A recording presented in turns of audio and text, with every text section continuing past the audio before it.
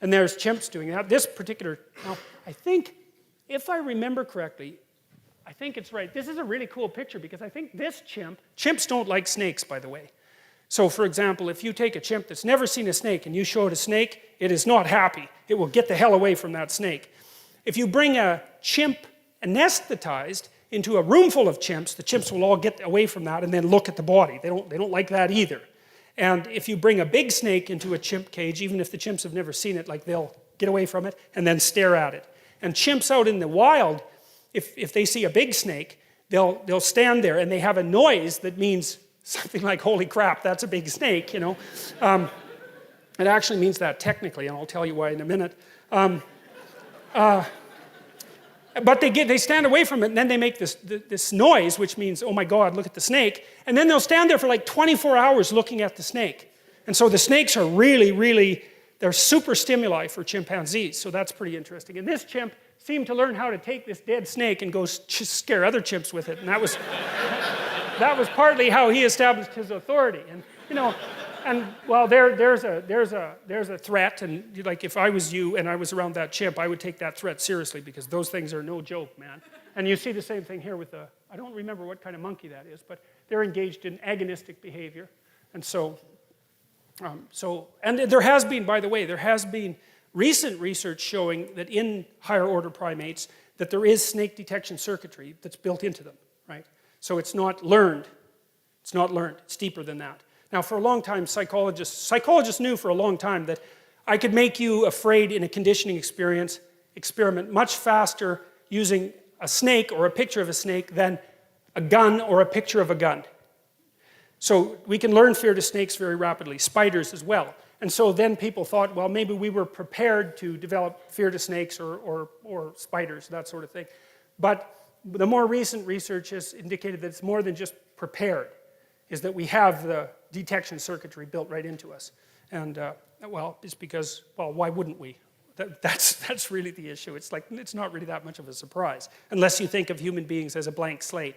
And if you think that, then, I don't know, you should crawl out of the 16th century. That's how I would look at it. Because, I mean, that's just gone, that idea. It's so wrong. So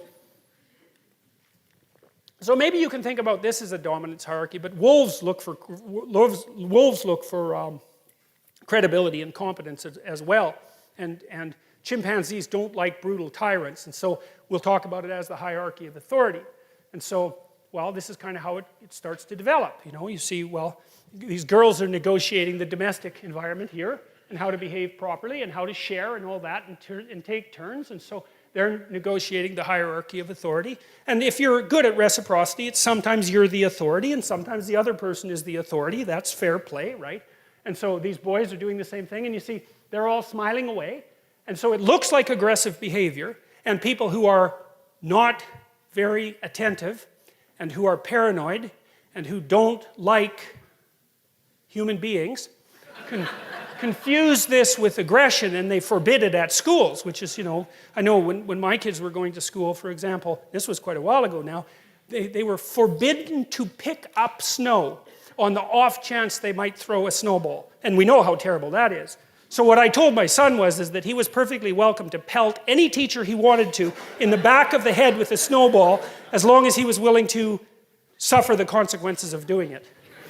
And I don't know if he ever did, but he was certainly happy with the idea, which made me very happy about him. So, yeah. So, you know, kids need to do this. They really, really seriously need to do this. It's what civilizes them. And that needs to happen between the ages of 2 and 4, because if they're not civilized by the time they're 4, then you might as well just forget it. And that's a horrible statistic, but it's unbelievably well borne out in the relevant developmental literature. Like, there's lots of aggressive 2-year-olds, most of them are male. And if they stay aggressive past the age of 4, they tend to be lifetime aggressive. They make no friends, they're outcasts, they're much more likely to end up antisocial, criminal, delinquent, and in jail. And so, your kids need to be socialized between the ages of 2 and 4. And that's particularly true for the more aggressive males. And most of the aggressive 2-year-olds are male. And that isn't socialization, by the way.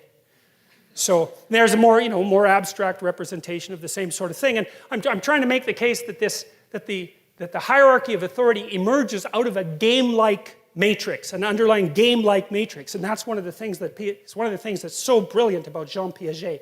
He figured that out. It's so smart. And he was interested in the biological origin of morality.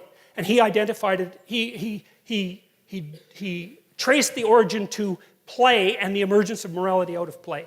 And it's so smart. I just can't believe how smart an idea that was. Because it's the bottom-up construction of morality. Now, Piaget was a constructionist and to some degree a social constructionist. He underestimated the role of biology. But that doesn't invalidate his theory. It's really easy to put a biological underpinning underneath Piaget's theory. We know the biology well enough to do it quite nicely now. So, I mean, the fact that Panksepp, for example, could identify the play circuit is a really good start with that, right? Because play has been around so long that we have a circuit that's dedicated to it. And so that's a very, very ancient issue. And so, you know, this is very much of an abstraction of a game here. And then, of course, you get the ultimate abstraction in representation. In a representation like that, where even the landscape of the game is fictional. And of course, we've migrated to a large degree into those sorts of fictional landscapes, fictional books, movies, video games. So it's the same. It's an extension of the same thing. So practice for real life that shades in some cases into real life itself.